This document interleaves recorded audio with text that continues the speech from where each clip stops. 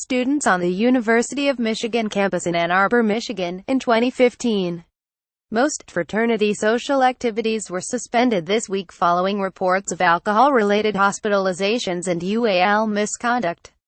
Laura McDermott for the New York Times. Parties and pledging activities at most of University of Michigan's fraternities have been suspended, the university said on Friday, the latest in a wave of efforts across the country to tamp down on fraternity excesses leading to UAL misconduct, alcohol and drug abuse and deaths. The student-run Interfraternity Council, which oversees 27 fraternity chapters at the flagship state university, has decreed that social events, like mixers and parties, as well as pledging activities, would be stopped indefinitely. The student newspaper, the Michigan Daily, which first reported the suspension, said that at a meeting of the council on Thursday, council leaders said they were concerned about recent events including more than 30 hospital transports during the weekend of the Michigan State football game, a champagne and sleighs event, in which dates at a party were handcuffed to each other until they finished a bottle of champagne, allegations of drugging of fraternity members, hazing in which pledges were put in near-death situations, and UAL misconduct cases involving fraternity bros. The action was taken out of concern for the health and safety of our members, Alec Mahan, executive vice president of the Interfraternity Council, said in a statement provided by the university. We believe that social events are a privilege, and we, as a community, have not earned this privilege at this time. The suspension at Michigan came 3 days after Florida State University indefinitely suspended all activities at its fraternities and sororities after the death of a pledge, possibly due to alcohol abuse, and the arrest of a fraternity member on drug charges. Penn State University halted fraternity and sorority parties with alcohol for part of last school year after the death of a 19-year-old student in February. And Louisiana State University stopped all Greek life activities for a week in September after the death of a fraternity pledge. The decision at Michigan, coming from student leaders and not the school itself, seemed to be an effort to show that fraternities were sensitive to criticism that they have become the primary enablers of a party culture that leads to alcohol abuse and UAL assault, and to show that they could take steps to reform themselves short of having universities shut them down.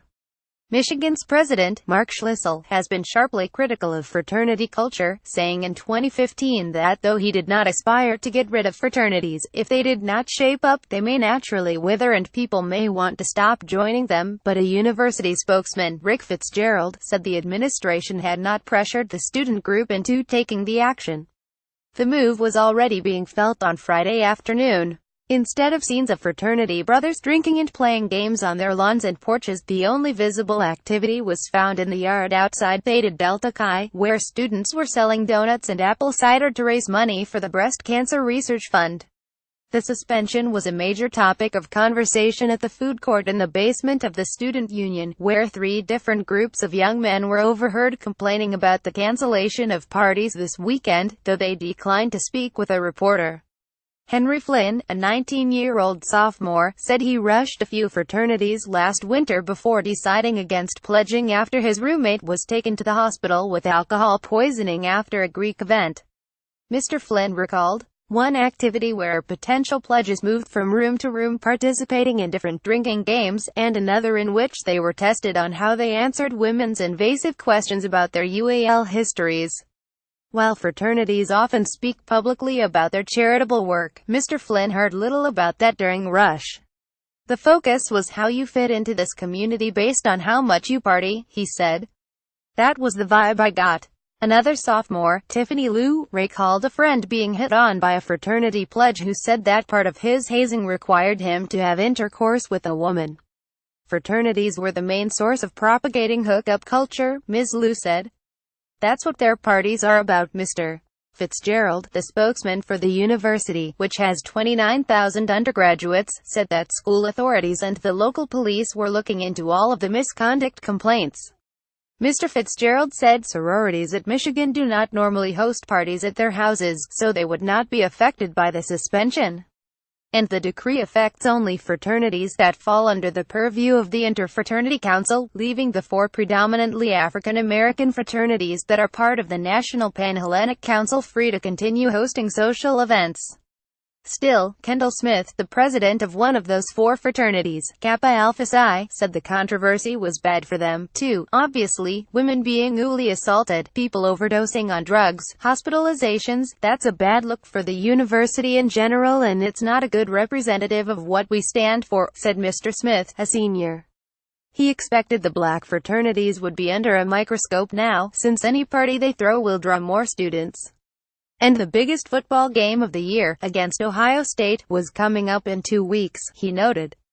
Mr. Fitzgerald said he expected the suspension to continue at least through the fall semester, while fraternity council leaders met with individual groups to see where they stand as far as being able to meet the expectations. Supporters of fraternities and sororities frequently note their role in providing social, academic, and after graduation, professional support to their members. And Mr. Fitzgerald said the administration was not planning to ban fraternities altogether. The Greek life community has a long history and is doing a lot of good on our campus, he said.